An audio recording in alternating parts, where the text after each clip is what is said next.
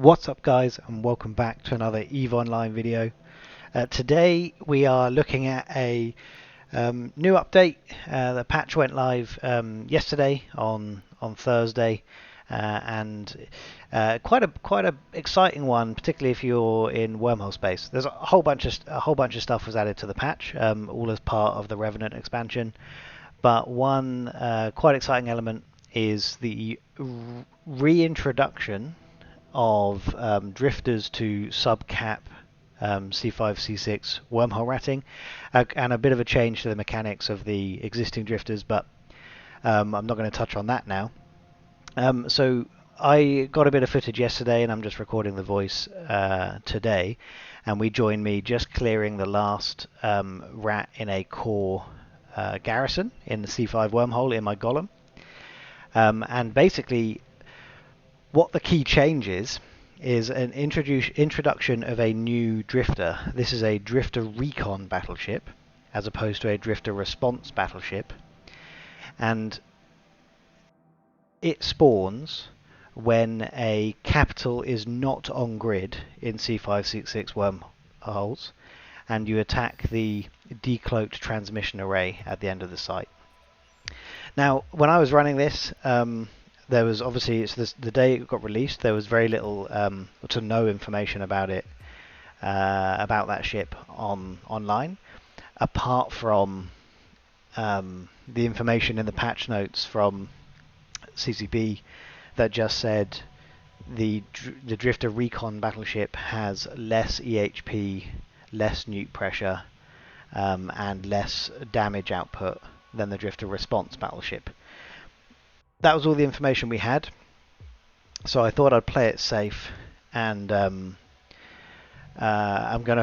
refitting to the Drifter Response battleship fit that existed prior to all the changes a couple of months ago. So the fit that I'm about to change to is capable of taking down a Drifter Response battleship, so I'm playing it safe and fitting that. If you weren't aware, by the way, when you're in Bastion, your weapons timer activates, and you cannot refit while your weapons timer is on, so that's what I had to wait for just then. Now we're going through the refit, which is basically making it cap resistant, adding a few more NOSes and another cap recharger and things. We've then got to drift a little way away from the wrecks to anchor our warp disrupt bubble. If you didn't know, you have to be 5,000 meters from any wrecks, so we've got to move that distance away. But what do we need the bubble for? Also unconfirmed at the moment. At least from as far as I know, I had to assume that the Drifter Recon battleship is going to operate under the same mechanics as the Response battleship. So the Response battleship at 25% armor warps to a Celestial or to a Wormhole, and you have to go track them down to continue attacking them. I had to assume that the Recon battleship is going to function the same, so I've brought a bubble with me, and I'm going to anchor it now in order to make sure it doesn't warp off, but that will be tested. And the other thing, so I'm going to attack the transmission relay now, and you'll see the Recon battleship spawn immediately. But we just know it has less EHP, so I have no indication of how long it's going to take to get through the armor, the armor and the hull. It does have shield and armor, sorry. You can see on the screen same resist profile as the Response battleship, so you want to deal thermal when you're attacking the shield, and armor when you're attacking the EM when you're attacking the armor. But yes, we don't have any indication of how long it's going to take to get through that, so I had to start anchoring the bubble prematurely because it takes 2 minutes. And you know, it seemed very unlikely, but there was a tiny chance that I would chew through the whole thing in 2 minutes and it would warp off. So anchored the bubble prematurely, but you can see we actually apply pretty good damage to it, and it's going through. Something else I noticed, and I'm going to assume this is a bug for now. As you can see in the what's that thing called? The damage log. Every now and again, some nuke pressure comes in from the recon battleship, but it is 0 gigajoules, which I have to assume is a bug. Because while they said it has less nuke pressure, it seems very unlikely that it does 0 nuking. And then it just gives up nuking for a bit and then turns it back on from time to time. But the whole time it did 0 gigajoules of nuke pressure. Now let's have of course, just a quick little look because the graphics are lovely. Classic drifter battleship. Nice to see the thermal kind of melting it. But yeah, that was odd. So I still don't really have an indication of what the nuke pressure is going to be and whether this fit was strictly necessary. But if it does 0 gigajoules and maintains that, there goes the bubble, then we will obviously, of course, rethink the fit and we'll be able to increase DPS and all that kind of good stuff because we won't need all the capacitor strength. When I come out of cinematic view, by the way, I do have the fit open on the left so that you can have a look at it. This is the original drifter response fit. And yes, it's likely to be overkill on the cap front. You don't need all the NOS because the 3 NOSes I'm running at the moment, because they're not actually gaining any capacitor, they're just costing me cap. I would be far better off just not running them. And then you can fit other stuff in the highs to do some to try and sort them out. I never got my drones out, so of course you could be running drones to increase the damage. But we've chunked through the shield relatively quickly, and once we get down to the armor, we'll swap to EM. So while we're doing this, I just want to reflect a little bit on, like you may have seen on my channel a couple of months ago, I posted a video titled like "What is CCP doing to wormholes?" and that was when they removed the ability for subcaps to trigger the drifter response battleship. I was a bit annoyed about it. I saw it as a pretty strong nerf, although, you know, upon reflection it wasn't as bad as I had initially anticipated. But as a result of that, I'm very excited about this. So the drifter response battleship is still behind a cap wall, a capital wall, which is absolutely fine.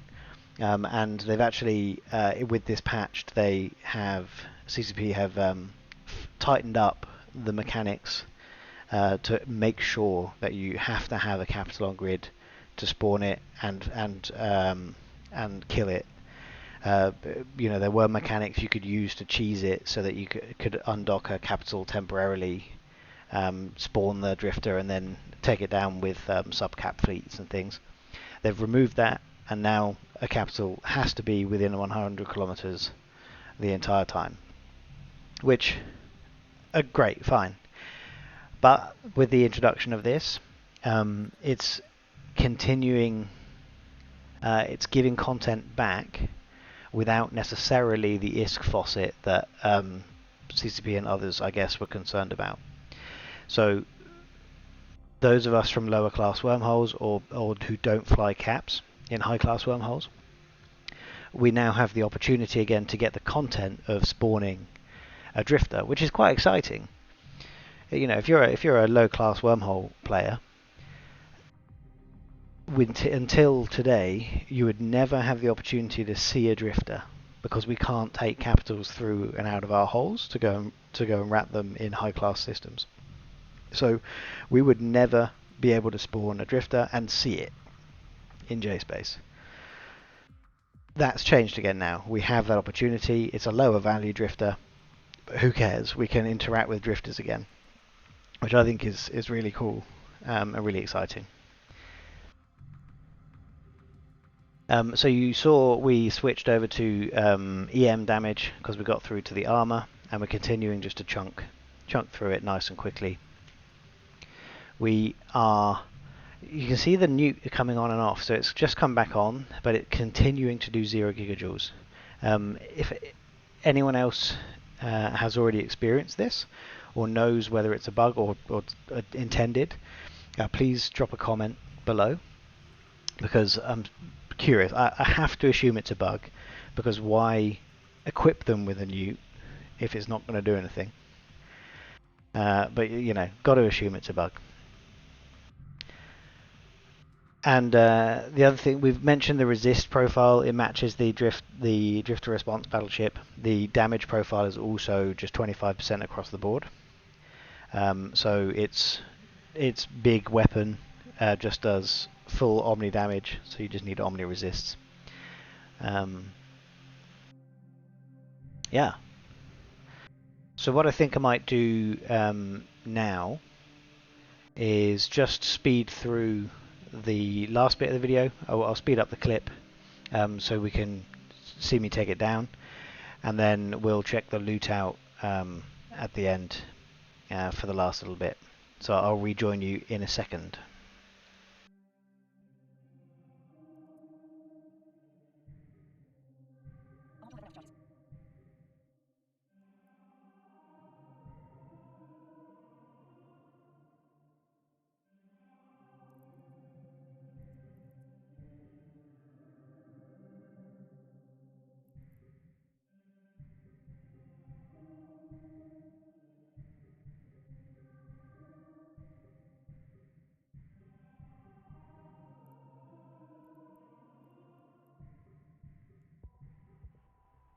Alright, and we'll slow it back down.